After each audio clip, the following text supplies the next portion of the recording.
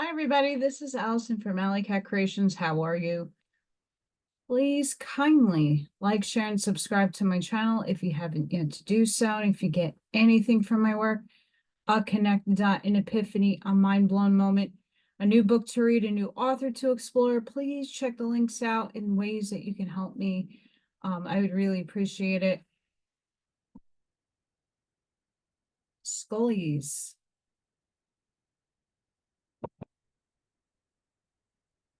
Butterflies, and I have a project for these. Hearts. Pyramids. More pyramids and artwork. All of that fun stuff is on AllyKatzkreations211.com. It's a portfolio. If you would like anything you see on there, or you want me to do something custom, please let me know. You can email me. All those things are also in the description as well. Urantia book. Paper 72. Government on a Neighboring Planet. We'll see what that's about. Apparently my washing machine is making a lot of noise. So if you hear that, I am sorry. Very interesting day today. Anywho, government on a neighboring planet. So let's see what their the last paper was insane. By permission of Lanaforge and with the approval of the Most Highs of Urantia, I am authorized to narrate something of the social, moral, and political life of the most advanced human race living on a not far distant planet belonging to the Satania system. Of all the Satania's worlds, which became isolated because of participation in the Lucifer Rebellion, this planet has experienced a history most like that of Urantia.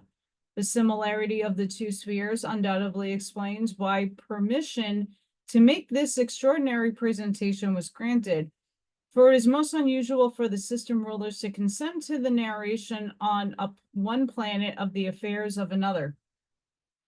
This planet, like Urantia, was led astray by the disloyalty of the planetary prince in connection with the Lucifer Rebellion.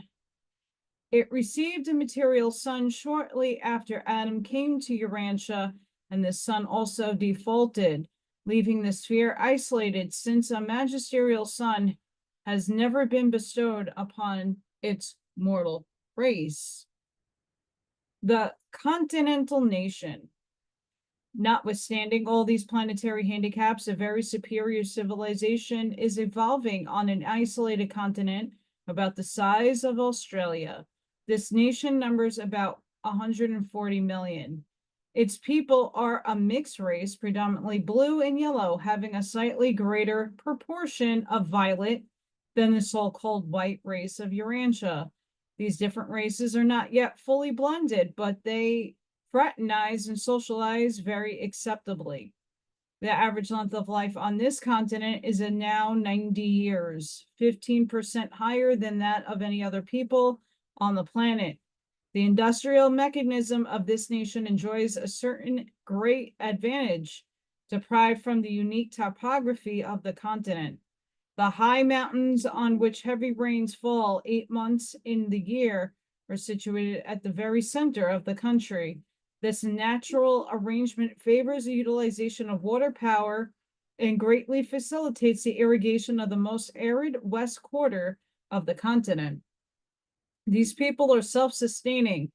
That is, they can live indefinitely without importing anything from the surrounding nations. Their natural resources are replete, and by scientific techniques, they have learned how to compensate for the deficiencies in the essentials of life. They enjoy a brisk domestic commerce, but have little foreign trade, owing to the universal hostility of their less progressive neighbors. This continental nation in general followed the evolutionary trend of the planet. The development from the tribal stage to the appearance of strong rulers and kings occupied thousands of years. The unconditional monarchs were succeeded by many different orders of government, abortive republics, communal states, and dictators came and went in endless profusion. This growth continued until about 500 years ago, when, during a politically fermenting period, one of the nation's powerful dictator, Tremevir, I'm not going to get that name out, had a change of heart. He volunteered to abdicate upon condition that one of the other rulers, the baser of the remaining two, also vacate his dictatorship. Thus was the sovereignty of the continent placed in the hands of one ruler. The unified state progressed under strong monarchical rule for over 100 years, during which they evolved a masterful character of liberty. The subsequent transition from monarchy to a representative form of government was gradual, the kings remaining a mere social or sentimental figureheads, finally disappearing when the male line of descent ran out. The present republic has now been in existence just 200 years, during which time there has been a continuous progression toward the governmental techniques about to be narrated. The last developments in industrial and political realms having been made within the past decade. Interesting there. Political organization. This continental nation now has a representative government with a centrally located national capital. The central government consists of a strong federation of 100 comparatively free states. These states elect their governors and legislatures for 10 years, and none are eligible for re-election. State judges are appointed for life by the governors and confirmed by their legislatures, which consist of one representative for each 100,000 citizens. There are 5 different types of metropolitan government, depending on the size of the city, but no city is permitted to have more than 1 million inhabitants. On the whole, these municipal governing schemes are very simple, direct, and economical. The few offices of city administration are keenly sought by the highest types of citizens. The federal government embraces 3 coordinate divisions: executive, legislative, and judicial. You know what I mean. The federal chief executive is elected every 6 years by universal territorial suffrage. He is not eligible for re-election except upon the petition of at least 75 state legislatures concurred in by the respective state governors, and then but for 1 term. He is advised by a super cabinet composed of all living ex-chief executives. The legislature division embraces 3 houses. The upper house is elected by industrial, professional, agricultural, and other groups of workers, balloting in accordance with economic function. The lower house is elected by certain organizations of society, embracing the social, political, and philosophic groups not included in industry or professions. All citizens in good standing participate in the election of both classes of representatives, but they are differently grouped depending on whether the election pertains to the upper or lower houses. The third house, the elder statesman, embraces the veterans of civic service and includes many distinguished persons nominated by the chief executive, by the regional sub-federal executives, by the chief of the Supreme Tribunal, and by the presiding officers of either of the other legislative houses. This group is limited to 100, and its members are elected by the majority action of the elder statesmen themselves. Membership is for life, and when vacancies occur, the person receiving the largest ballot among the list of nominees is thereby duly elected. The scope of this body is purely advisory, but it is a mighty regulator of public opinion and exerts a powerful influence upon all branches of government. Very much of the federal administrative work is carried on by the 10 regional sub-federal authorities, each consisting of the association of 10 states. These regional divisions are wholly executive and administrative, having neither legislative nor judicial functions. The 10 regional executives are the personal appointees of the federal chief executive, and their term of office is concurrent with his 6 years.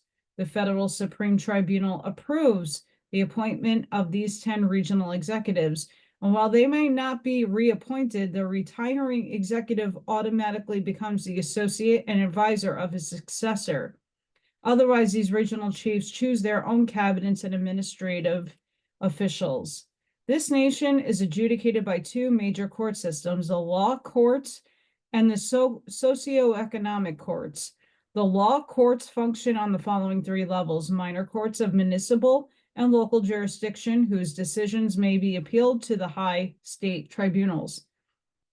State Supreme Courts, whose decisions are final in all matters not involving the federal government or jeopardy of citizenship rights and liberties. The regional executives are empowered to bring any case at once to the bar of the federal Supreme Court.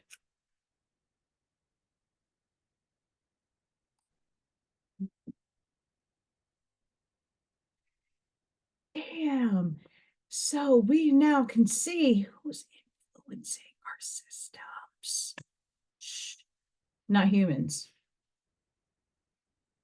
Just saying. Federal Supreme Court, the high tribunal for the adjudication of national contentions and the appellate cases coming up from the state courts. The Supreme Tribunal consists of 12 men over 40 and under 75 years of age who have served 2 or more years on some state tribunal and who have been appointed to this high position by the chief executive with the majority approval of the super cabinet and the third house of the legislative assembly. All decisions of this supreme judicial body are by at least a 2/3 vote. The socioeconomic courts function in the following 3 divisions: parental courts associated with the legislative and executive divisions of the home and social system; educational courts, the judicial bodies connected with the state and regional school systems and associated with the executive and legislative branches of the educational administrative mechanism; industrial courts, the jurisdictional tribunals vested with the full authority for the settlement of all economic misunderstandings. The federal Supreme Court does not pass upon socioeconomic case except upon the 3/4 vote of the third legislative branch of the national government, the House of Elder Statesmen. Otherwise, all decisions of the parental, educational, and industrial high courts are final. The home life. On this continent, it is against the law for 2 families to live under the same roof. And since group dwellings have been outlawed, most of the tenement type of buildings have been demolished. But the unmarried still live in clubs, hotels, and other group dwellings. The smallest home site permitted most provide 50,000 square feet of land. All land and other property used for home purposes are free from taxation up to 10 times the minimum home site allowed. The home life of this people has greatly improved during the last century. Attendance of parents, both fathers and mothers, at the parental schools of child culture is compulsory. Even the agriculturists who reside in small country settlements carry on this work by correspondence, going to the nearby centers for oral instruction once in 10 days, every 2 weeks, for their maintain of 5-day week. The average number of children in each family is 5, and they are under a full control of their parents, or in case of the demise of one or both, under that of the guardians designated by the parental courts. It is considered a great honor for any family to be awarded the guardianship of a full orphan. Competitive examinations are held among parents, and the orphan is awarded to the home of those displaying the best parental qualifications. These people regarded the home as the basic institution of their civilization. It is accepted that the most valuable part of a child's education and character training will be secured from his parents at home, and fathers devote almost all his attention to child culture, as do mothers. All sex instruction is administered in the home by parents or by legal guardians. Moral instruction is offered by teachers during the rest periods in school shops, but not so with religious training, which is deemed to be exclusive privilege of parents, religion being looked upon as an integral part of the home life. Purely religious instruction is given publicly only in the temples of philosophy. No such exclusively religious institutions as the Urantia churches have been developed among this people. In their philosophy, religion is the striving to know God and to manifest love for one's fellow through service for them. But this is not typical of the religious status of other nations on this planet. Religion is so entirely a family matter among these people that there are no public places devoted exclusively to religious assembly. Politically, church and state, as Urantians are wont to say, are entirely separate, but there is a strange overlapping of religion and philosophy. Until 20 years ago, the spiritual teachers, comparable to Urantia pastors, who visit each family periodically to examine the children to ascertain if they have been properly instructed by their parents, were under governmental supervision. These spiritual advisors and examiners are now under the direction of the newly created Foundation of Spiritual Progress, an institution supported by voluntary contributions. Possibly this institution may not further evolve until after the arrival of Paradise Magisterial Son. Children remain legally subject to their parent until they are 15, when the first initiation into civic responsibility is held. Thereafter, every 5 years for the 5 successive periods, similar public exercises are held for such age groups.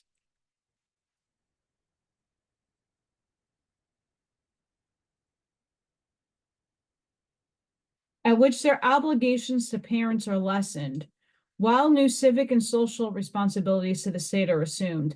Suffrage is conferred at 20. The right to marry without parental consent is now bestowed upon 25, and children must leave home on reaching the age of 30. Marriage and divorce laws are uniform throughout the nation. Marriage before 20, the age of civil enfranchisement, is not permitted.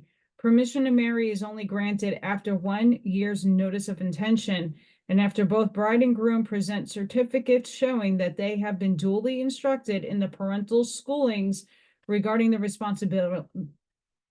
responsibilities of married life. Divorce regulations are somewhat lax, but decrees of separation issued by the parental courts may not be had until 1 year after application. Therefore, has been recorded, and the year on this planet is considerably longer than on Urantia. Notwithstanding their easy divorce laws, the present rate of divorces is only 1/10 that of the civilized race of Urantia. The educational system.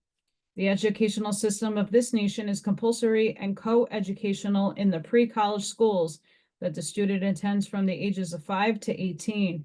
These schools are vastly different from those of Urantia. There are no classrooms, only one study is pursued at a time. And after the first 3 years, all pupils become assistant teachers, instructing those below them. Books are used only to secure information that will assist in solving the problems of arising in the school shops and on the school farms. Much of the furniture used on the continent and the many mechanical contrivances, this is a great age of invention and mechanization, are produced in these shops. Adjacent to each shop is a working library where the students may consult the necessary reference books.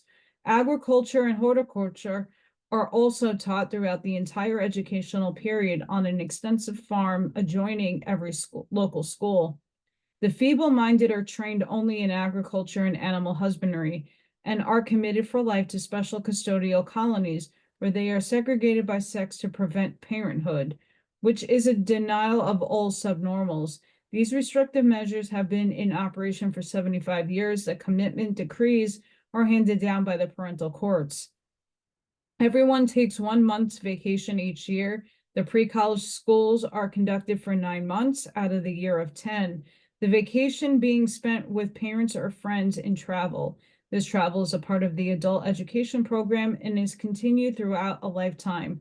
The funds for meeting such expenses being accumulated by the same methods as those employed in old age insurance. 1/4 of the school time is devoted to play, competitive athletes, the pupils progressing in those contests from the local through the state and regional and on the national trials of skills and prowess.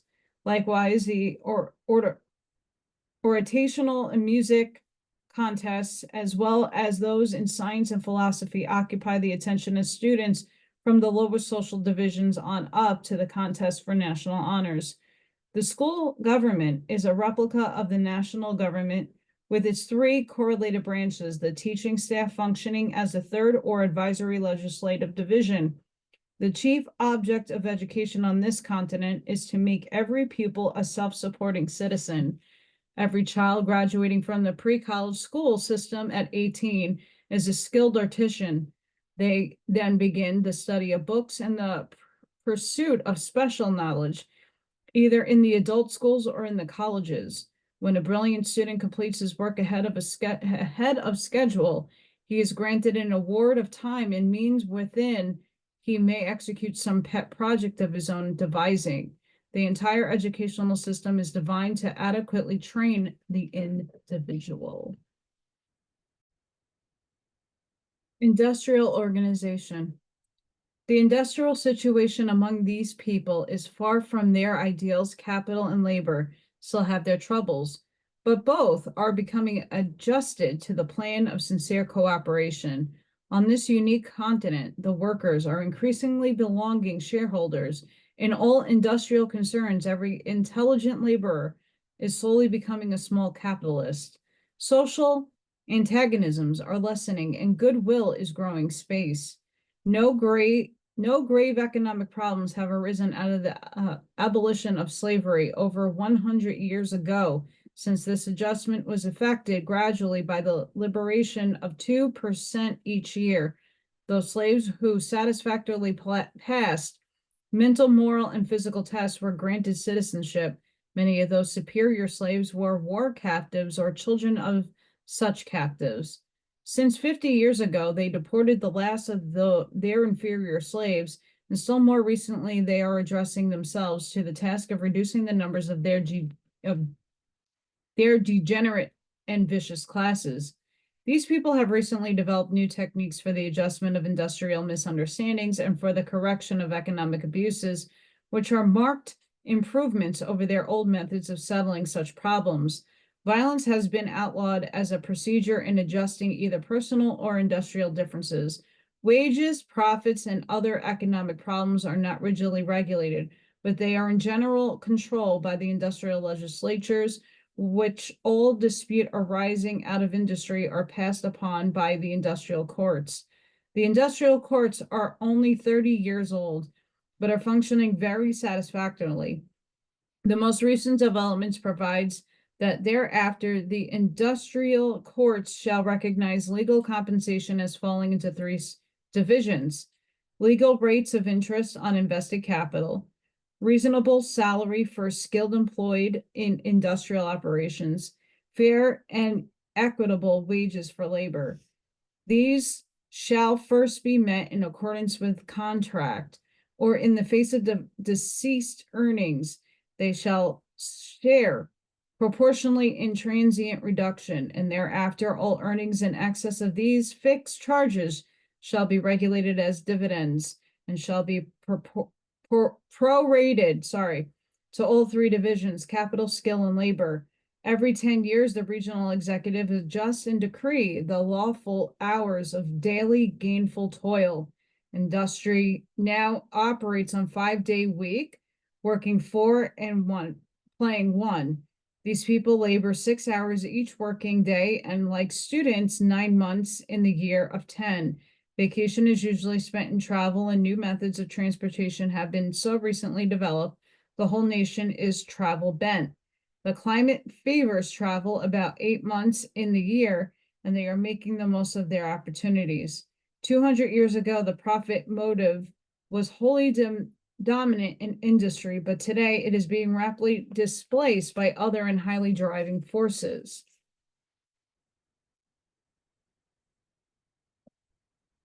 Competition is keen on this continent, but much of it has been transferred from industry to play, skill, scientific achievement, and intellectual attainment. It is most active in social service and governmental loyalty.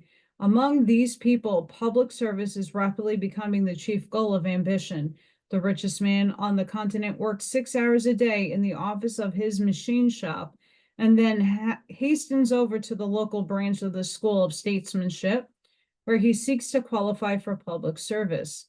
Labor is becoming more honorable on this continent, and all able-bodied citizens over 18 work either at home or on farms, at some recognized industry, on the public works, where the temporary unemployed are absorbed, or else in the corps of compulsory laborers in the mines. These people are also beginning to foster a new form of social disgust for both idleness and unearned wealth. Slowly but certainly, they are conquering their machines. Once they too struggle for political liberty and subsequently for economic freedom. Now are they entering upon the enjoyment of both, while in addition they are beginning to appreciate their well-earned leisure, which can be devoted to increased self-realization. Old age insurance. This nation is making a determined effort to replace the self-respect destroying type of charity by dignified government insurance guarantees of social in old age. This nation provides every child an education and every man a job. Therefore, can it successfully carry out such an insurance scheme for the protection of the infirm and aged?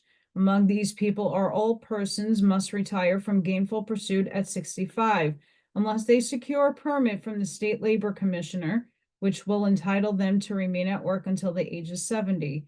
This age limit does not apply to government servants or philosophers.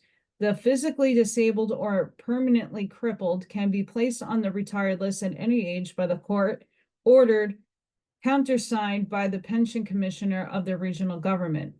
The funds for old age pensions are derived from 4 sources. 1 day's earning each month are requestioned by the federal government for the purpose, and in the country, everybody works. Bequests, many wealthy citizens leave funds for this purpose. The earnings of compulsory labor in the state mines after the conscript workers support themselves and set aside their own retirement contributions. All excess profits on their labor are turned over to the pension fund. The income from natural resources, all natural wealth on the continent, is held as a social trust by the federal government, and the income therefrom is utilized for social purposes such as disease prevention, education of geniuses, and expenses of especially promising individuals in the statesmanship schools. 1/2 of the income from natural resources goes to the old age pension fund. Although state and regional actual foundations supply many forms of protective insurance, old age pensions are solely administered by the federal government through the 10 regional departments. These government funds have long been honestly administered. Next, treason and murder, the heaviest penalties met out by the courts, are attached to betrayal of public trust. Social and political disloyalty are now looked upon as being the most heinous of all crimes. Taxation. The federal government is paternalistic only in the administration of old age pensions and in the fostering of genius and creative originality.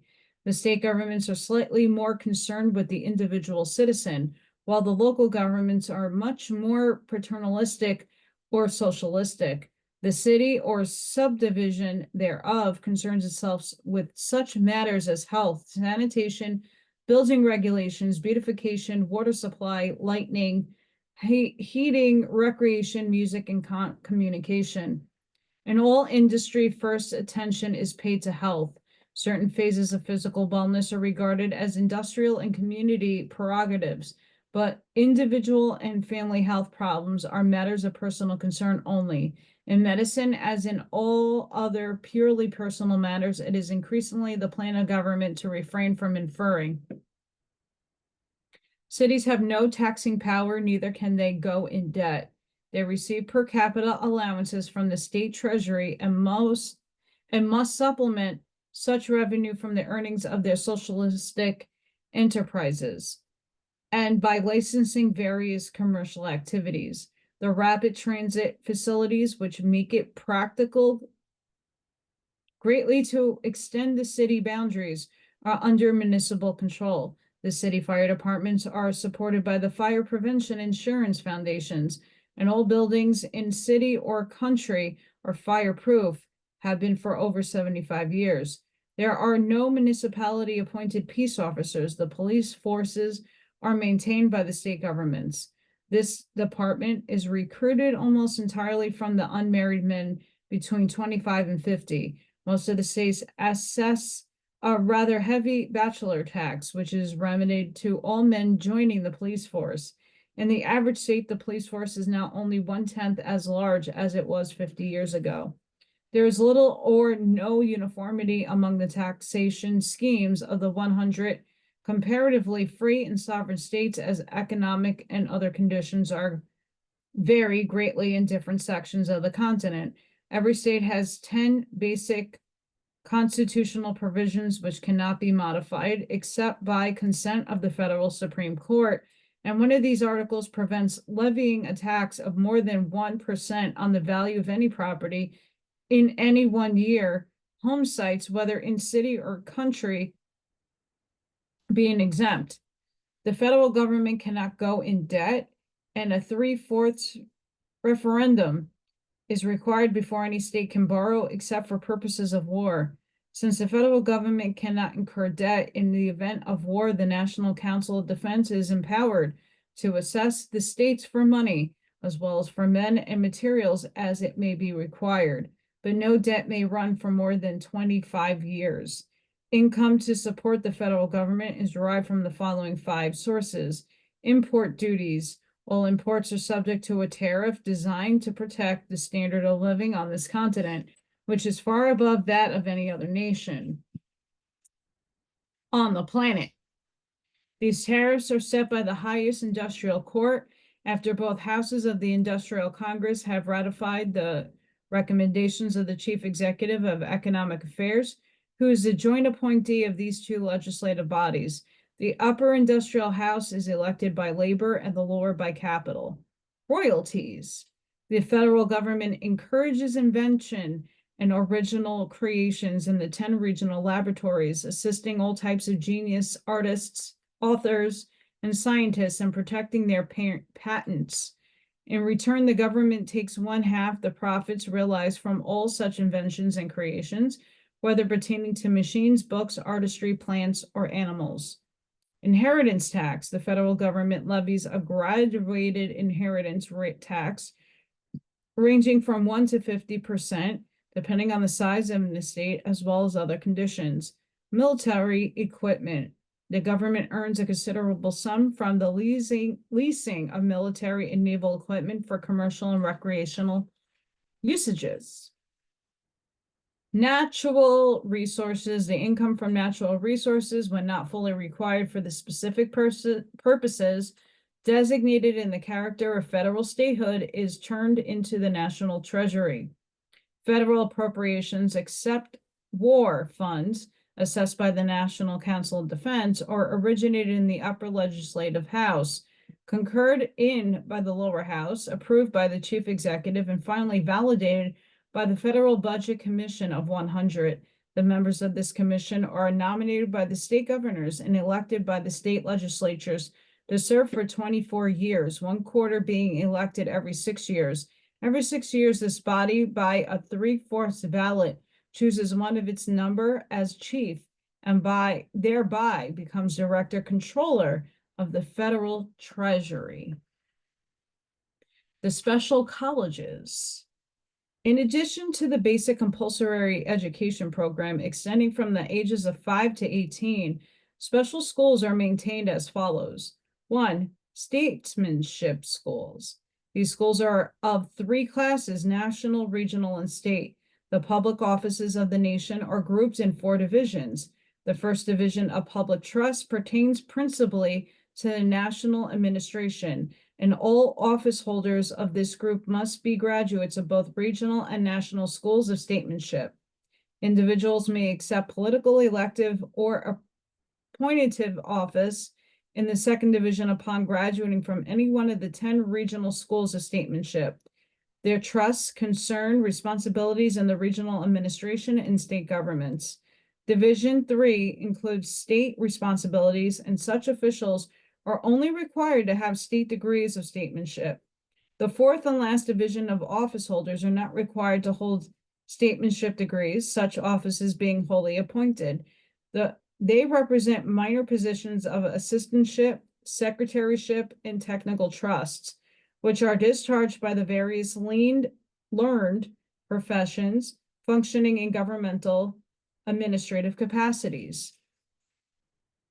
Judges of the minor and state courts hold degrees from the state schools of statesmanship.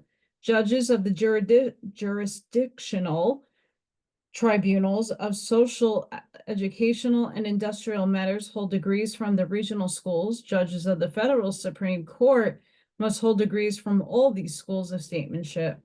Schools of philosophy. These schools are afflicted with the temples of philosophy and are more or less associated with religion as a public function.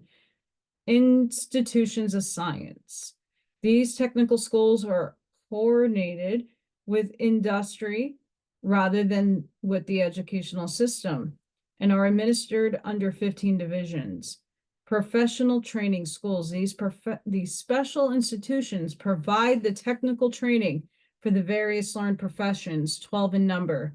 Military and naval schools. Near the national headquarters and the 25 coastal military centers are maintained those institutions devoted to the military training of volunteer citizens from 18 to 30 years of age.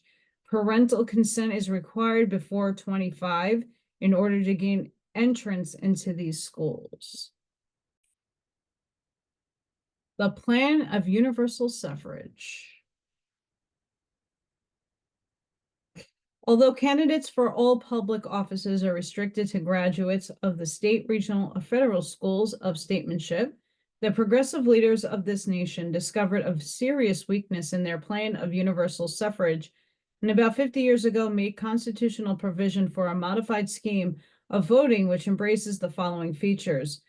1. Every man and woman of 20 years and over has one vote. Upon obtaining this age, all citizens must accept membership in 2 voting groups. They will join the first in accordance with their economic function, industrial, professional, agricultural, or trade. They will enter the second group according to their political, philosophic, and social inclinations. All workers thus belong to some economic franchise group, and these guilds, like the non-economic associations, are regulated much as is the national government with its 3 full divisions of power. Registration in these groups cannot be changed for 12 years. Upon nomination by the state governors or by regional executives and by the mandate of the regional supreme councils, individuals who have rendered great service to society or who have demonstrated extraordinarily wisdom in government service may have additional votes conferred upon them, not often than 5 years, and not to extend 9 such super franchises. The maximum suffrage of any multiple voter is 10. Scientists, inventors, teachers, philosophers, and spiritual leaders are also thus recognized and honored with augmented political power. These advanced civic privileges are conferred by the state and regional supreme councils, much as degrees are bestowed by the special colleges, and the recipients are proud to attach the symbols of such civic recognition, along with other degrees, to their list of personal achievements. All individuals sentenced to compulsory labor in the mines and all governmental servants supported by tax funds are for the periods of such services disenfranchised. This does not apply to aged persons who may be retired on pensions at 65. 4. There are 5 brackets of suffrage reflecting the average yearly taxes paid for each half-decade period. Heavy taxpayers are permitted extra votes up to 5. This grant is independent of all other recognition, but in no case can any person cast over 10 ballots. At the time this franchise plan was adopted, the territorial methods of voting was abandoned in favor of economic or functional system. All citizens now vote as members of industrial, social, or professional groups, regardless of their residence. Thus, the electorate consists of solidified, unified, and intelligent groups who elect only their best members to positions of governmental trust and responsibility. There is one exception to the scheme of functional or group suffrage. The election of a federal chief executive every 6 years is by the nationwide ballot, and no citizen casts over one vote. Thus, except in the election of the chief executive, suffrage is exercised by economic, professional, intellectual, and social groupings of the citizenry. The ideal state is organic, and every free and intelligent group of citizens represents a vital and functioning organ within the larger governmental organism. The schools of statesmanship have power to start proceeding in the state courts looking toward the disenfranchisement of any defective, idle, indifferent, or criminal individual. These people recognize that with 50% of a nation is inferior or defective and possesses the ballot, such a nation is doomed. They believe that dominance of mediocrity spells the downfall of any nation. Voting is compulsory, heavy fines being assessed against all who fail to cast their ballots. Dealing with crime. The methods of these people in dealing with crime, insanity, and degeneracy, while in some ways pleasing, will no doubt in other prove shocking to most Urantians. Ordinary crimes and the defectives are placed by sexes in different agricultural colonies and are more than self-supporting. The more serious habitual criminals and the incurable insane are sentenced to death in the lethal gas chambers by the courts. Numerous criminals, aside from murder, including betrayal of government trust, also carry the death penalty, and the visitation of justice is short and swift. These people are passing out of the negative into the positive era of law. Recently, they have gone so far as attempt the prevention of crime by sentencing those who are believed to be potential murderers and major criminals to life service in the detention colonies. If such convicts subsequently demonstrate that they have become more normal, they may be either paroled or pardoned. The homicide rate on this continent is only 1% of that among the other nations. Efforts to prevent the breeding of criminals and defectives were begun over 100 years ago and have already yielded gratifying results. There are no prisons or hospitals for the insane. For one reason, there are only about 10% as many of these groups that are found on Urantia. Military preparedness. Graduates of the federal military schools may be commissioned as guardians of civilization in 7 ranks. In accordance with ability and experience by the President of the National Council of Defense, this council consists of 25 members nominated by the highest parental, educational, and industrial tribunals, confirmed by the federal Supreme Court, and presided over ex officio by the Chief of Staff or coordinated military affairs. Such members serve until they are 70 years of age. The course pursued by such commissioned officers are 4 years in length and are invariably correlated with the mastery of some trade or profession. Military training is never given without this associated industrial, scientific, or professional schooling. When military training is finished, the individual has, during his 4 years course, received 1/2 of the education imparted in any of the special schools, where the courses are likewise 4 years in length. In this way, the creation of a professional military class is avoided by providing this opportunity for a large number of men to support themselves while securing the first half of technical or professional training. Military service during peacetime is purely voluntary, and the enlistments in all branches of the service are for 4 years, during which every man pursues some special line of study in addition to the mastery of military tactics. Training in music is one of the chief pursuits of the central military schools, and of 25 training camps distributed about the periphery of the continent. During periods of industrial slackness, many thousands of unemployed are automatically utilized in upbuilding the military defense of the continent on land and sea and in air. Although these people maintain a powerful war establishment as defense against invasion by the surrounding hostile peoples, It may be recorded to their credit that they have not in over 100 years employed these military resources in any offensive war. They have become civilized to the point where they can vigorously defend civilization without yielding to the temptation to utilize their war powers and aggression. There have been no civil wars since the establishment of the United Continental State, but during the last 2 centuries, these people have been called upon to wage 9 fierce defensive conflicts, 3 of which were against mighty confederations of world powers. Although this nation maintains adequate defense against attack by hostile neighbors, it pays for more attention to the training of statesmen, scientists, and philosophers. When at peace with the world, all mobile defense mechanisms are quite fully employed in trade, commerce, and recreation. When war is declared, the entire nation is mobilized. Throughout the period of hostilities, military pay obtains in all industries, and the chief of all military departments become members of the chief executive's cabinet. Other nations. Although the society and government of these unique people are in many respects superior to those of Urantia nations, it should be stated that on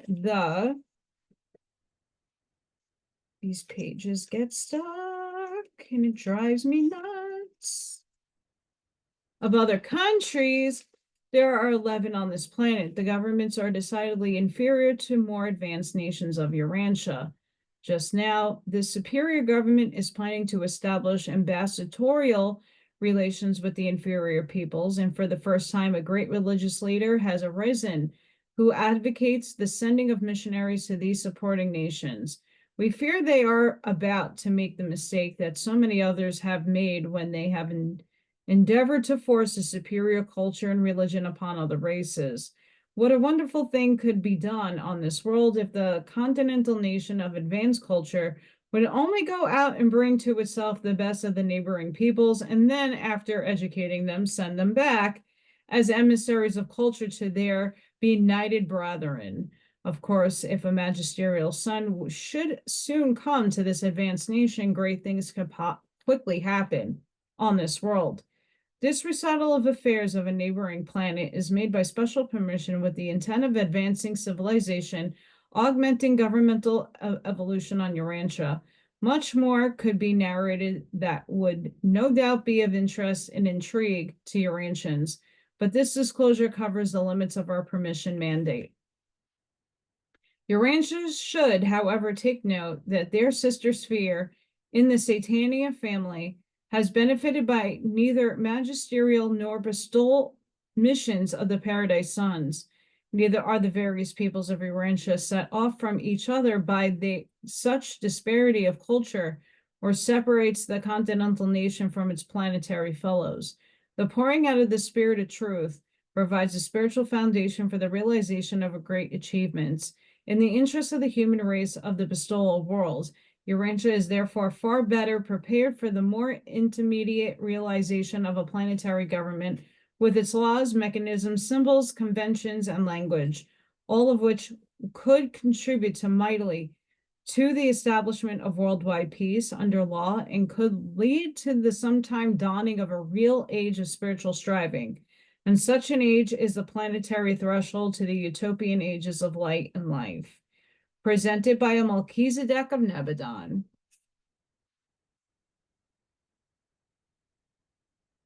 The next paper is the Garden of Eden. So this concludes paper 72 of the Urantia book.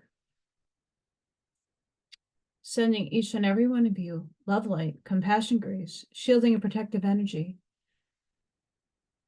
Please go into your heart space. Be the shoulder for somebody to lean on. Be the lighthouse for others to find. Seed your truths. And I hope you all have a beautiful and blessed rest of your week. Thank you for supporting and for being here with me today. Have a great evening, guys. Bye for now.